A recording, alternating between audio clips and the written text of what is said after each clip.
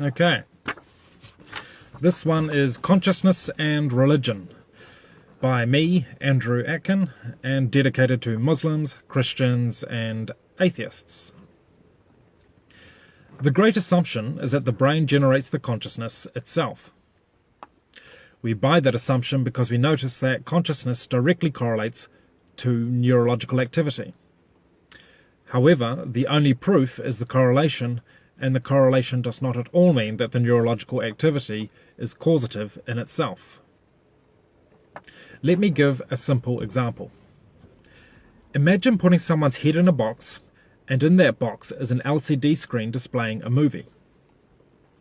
What you will notice is that there is a direct correlation between the activity on the movie screen and the conscious experience of the movie. But, of course, the movie is not generating the consciousness. It is merely providing an input feeding into the consciousness.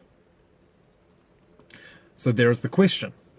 Is the brain generating the consciousness itself, or is it merely providing the light show, or maybe just data input like the text in a book, that then feeds into the consciousness?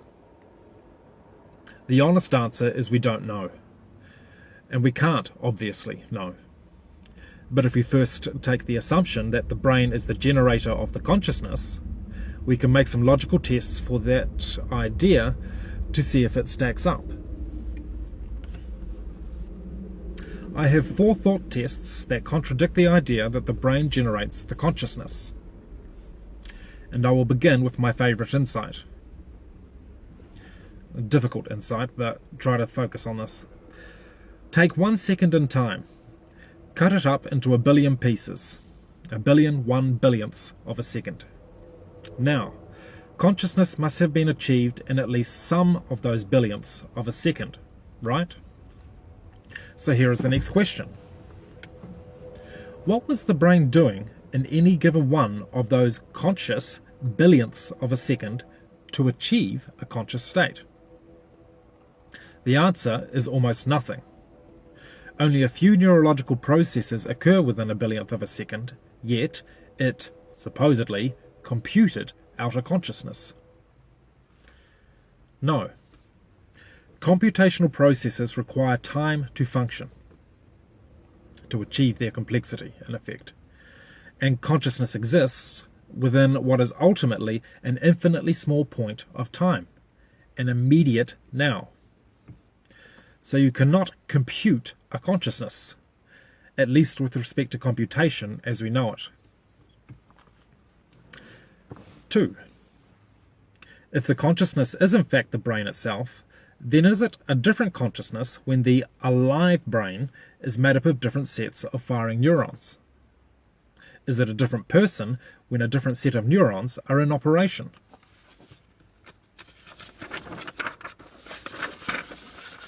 As we know, it isn't. It's the same person experiencing a different part of the brain. But if the consciousness is indeed made up of physical matter, then it should be an entirely new consciousness, because in physical operational terms, it is in fact an entirely different brain every time a different set of neurons is in operation. The fact that the consciousness can and does physically relocate within the brain, while retaining the same consciousness, suggests that the consciousness is ultimately separate to it. 3. Over a complete lifetime, the human body physically reincarnates itself several times. The atoms that make up your body when you die are not the ones you were born with. Hence, materialistically, you are a different person. So does that mean if I took a DNA recording of your body, if you killed yourself, and then got someone to rebuild you from that recording, with different atoms and molecules, that you would come alive again? There is in fact no difference between that scenario and what happens naturally. And if you use that same recording to build another person, identical twin, would that person be you too? Obviously not. But if our personal consciousness can be reduced to a digital recording, as our ability to physically reincarnate ourselves suggests, then it should be. This analogy is another unsolvable challenge to the idea that consciousness is made up of physical matter. 4. If the universe we live in is entirely mechanical, materialistically mechanical, then evolution must be the exclusively correct theory as to how life and consciousness came to be. Because it's only through the process of evolution that life could possibly come to be in an entirely mechanistic reality. So let's presume that the world is in fact entirely mechanical. This leaves us with a new question. What on earth is the consciousness doing there? Because through evolution, nothing comes to be if it was not once required for survival, and if the universe is in fact a purely mechanical phenomenon, then the consciousness should not exist, because it just doesn't need to. To elaborate, if the executive function of the brain, which, well, as it appears, is the consciousness's operational role, is entirely mechanical, then there is absolutely no need for it to experience itself. The brain can exercise the executive function automatically, without any conscious reaction at all. So if the consciousness really is just atomic particles hitting each other in a pre-designed, destined pattern, and to stress that is all it can be in a 100% mechanistic reality, then a conscious reaction to that process has absolutely no adaptive and therefore evolutionary relevance. Again, it just shouldn't be there. In turn, the very existence of consciousness stands as a fundamental contradiction to the mechanistic theory, mechanistic materialistic theory. Quite simply, the consciousness is not supposed to exist, but it does. Okay, this is moving on to part 2, basically, just moving on. An alternative perspective, which is popular, is that the brain is merely a terminal that the consciousness, which is ultimately independent of the brain, logs onto, just like in the Avatar movie, if you've seen it. So when the terminal dies, you either wake up into what you could call a spirit realm, which is supposedly where you always were, or log onto another terminal, which effectively means reincarnation. To me, these ideas in themselves are no more crazy than the idea that a consciousness could ever exist at all, or the idea that anything could exist at all. But in themselves, they do not explain how any form of materialism like we know it could possibly achieve a consciousness in any way or form. Even if there is some kind of spirit realm, we cannot even begin to understand it, because the consciousness, though absolutely real in itself, is still totally incomprehensible to the human mind. But nonetheless, modern physics indicates that the brain really could be a terminal to the consciousness, as demonstrated by modern physics, which shows us particle superposition. Basically, we see instantaneous connections between particles at any distance. Physics today only provides mathematical representations of this phenomenon because we don't actually understand it in real physics terms, real physical terms. Though in saying this, electric universe theory, which I personally have a lot of respect for, is closer to providing real explanations, as they explain that longitudinal waves operate in the field, the ether, if you like. And they do so at least 20 billion times faster than the speed of light.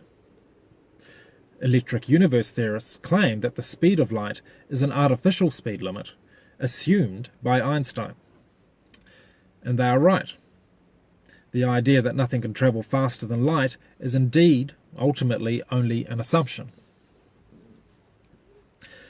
But the key point is the universe does seem to exist in a form that can facilitate a massive internet that all matter is based on, which in turn suggests that the consciousness may indeed not reside in the brain, because the network of matter does not actually require that to be so.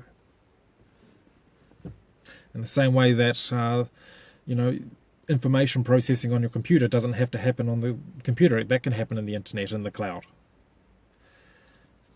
It's all hooked up or hooked together in like a massive internet. So, if it's in that form and the consciousness somewhere, some way, somehow logs onto these information systems, then it could quite clearly be absolutely anywhere in its ultimate location, just to put it in more human terms.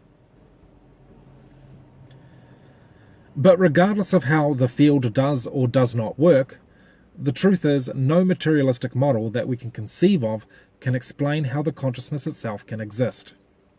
The consciousness is still a profound and unfathomable mystery in itself. It might be true that the consciousness is based within the greater field, but again, that still does not explain how it can exist. So is there any evidence, other than my reasoned arguments, that the consciousness is based within the greater field of the universe? I used to assume that there was no evidence because I had never heard of it. But I was wrong. There is, as it seems, some remarkable evidence. There is evidence of reincarnation as described by the late Ian Stevenson and also his successor, Jim Tucker. This relates to literally thousands of case studies of young children describing their former lives.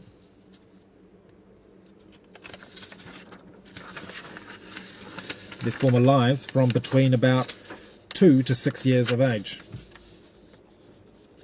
After the age of about 6, they tend to forget what they believe they recalled.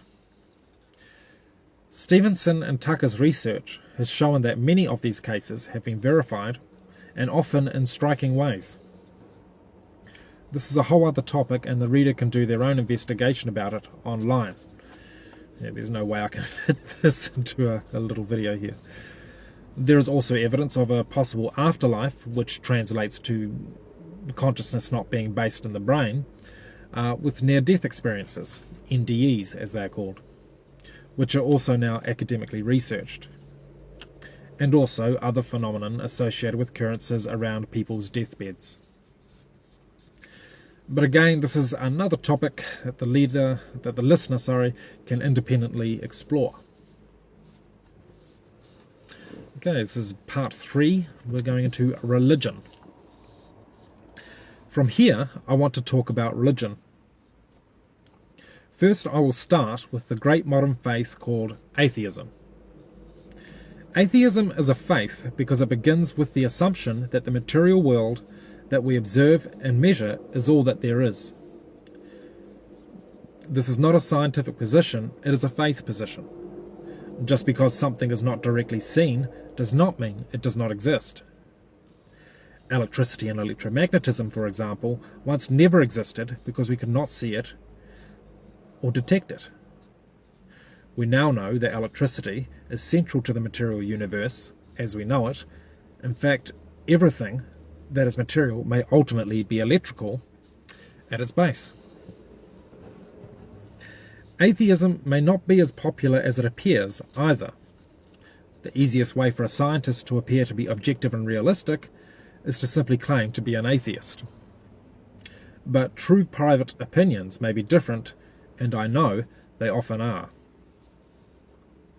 Indeed, it's a very courageous thing to assert that there is no God, when the obvious fact of the matter is that we can't possibly know enough about our universe to even begin to make such an assertion. At the least, you should expect people to be agnostic, which is a much more rational position. My personal religion. My own religion is a hypothesis. I look at how everything works, what we do and don't know, and I make a deduction from there. Ultimately a best guess, and from there a kind of faith. If it is so that there is a God and everything is derived from an incredible intelligence, and the evolution of life is a great unfolding in response to an original plan of some kind, some form, then in looking at life and how it all seems to work, we can form some conclusions from the premise that an original intelligent creator. Here are mine. 1. God wants us to stand on our own 2 feet, not live on our knees. Evidence. He, or she, or it page, does not make his presence overt, like some kind of obvious and intimidating overlord. So we have no choice but to think and live for ourselves. We can presume that that is the idea. You know, if you want to know God's plan, if there is a God, look around. You're looking at it. In turn, I believe that God, in his libertarianism, cannot be impressed with our conformity to faith positions that direct us to subjugate ourselves. We have been given critical intelligence and free will. It is surely meant to be used and lived by. 2. As I see it, there must be an education of some kind that comes through pain and hardship, again assuming that everything that we see is by a greater intelligent design.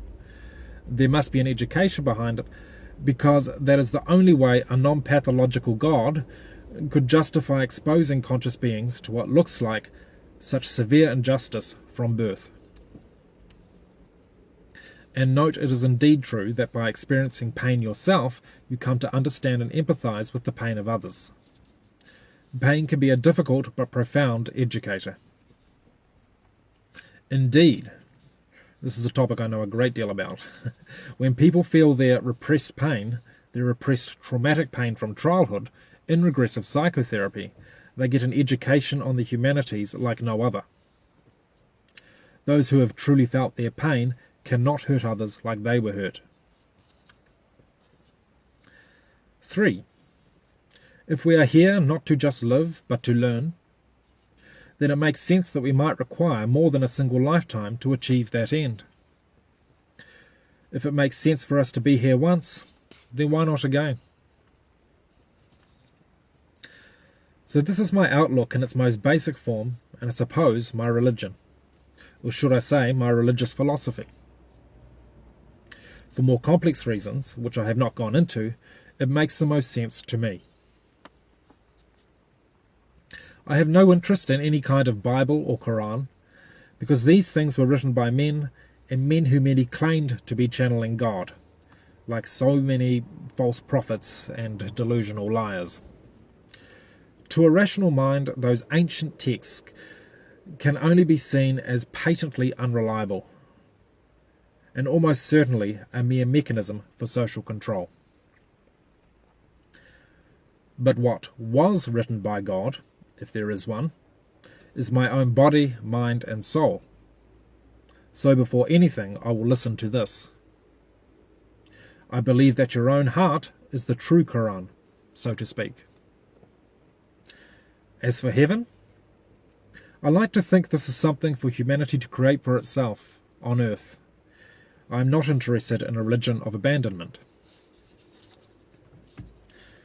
Okay, and a note on the great religions. Islam and Christianity require some special attention as faiths. They both do something that is hard for me to accept. They claim that if you don't believe in what they preach, then you will burn in hell forever. Think about that. It's been 2 million years of pure agony, day in and day out, and you're still burning, and you've still got all eternity to go. Could you come up with a more ridiculous and utterly sick and cruel punishment if you tried?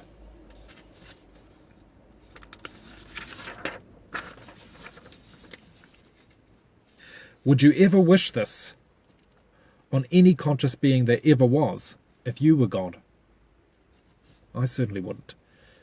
How could you call this belief anything other than an insult to God, to suggest he could be so evil? The invention of hell is obviously a scare tactic, created by man, to keep people in line and hold the faith. That is, a way to keep the great religions great, or mass socially dominant. Please, if nothing else, dear listener, don't take the idea of hell seriously.